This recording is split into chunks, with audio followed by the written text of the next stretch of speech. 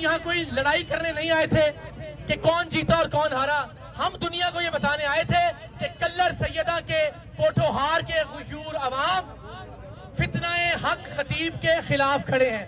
آج ہم درخواست کرتے ہیں, مطالبہ بھی نہیں کرتے انتظامیہ سے کہ فتنے کے اس اڈے کو بند کیا جائے جہاں خواتین کی عصمت دری ہوتی ہے, جہاں بچوں کا قتل عام کیا جاتا ہے, جہاں لوگوں کو دنیاوی علاج سے رکوا دیا جاتا ہے. اور جب تک یہ اڈا اپنے اختتام کو نہیں پہنچے گا ہم انشاءاللہ العزیز اپنی جد و جہد جاری رکھیں گے. آپ سب کا بہت شکریہ. رمضان المبارک میں روزے میں آپ لوگ تشریف لائے. میں آج آپ سب سے یہ ریکویسٹ کرتا ہوں کہ آج سے یہ جد و جہد اکیلے میرے کی نہیں ہے.